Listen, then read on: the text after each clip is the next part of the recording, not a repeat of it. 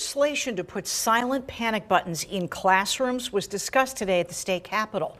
The alarms would link directly to law enforcement and signal a life-threatening emergency. If passed, Pennsylvania would join several other states with similar measures. Hi, I'm Eric Finkenbinder from ABC 27. We're excited to announce the new ABC 27 News Plus app. Live stream newscasts or watch content on demand. This is different than the ABC 27 app on your smartphone.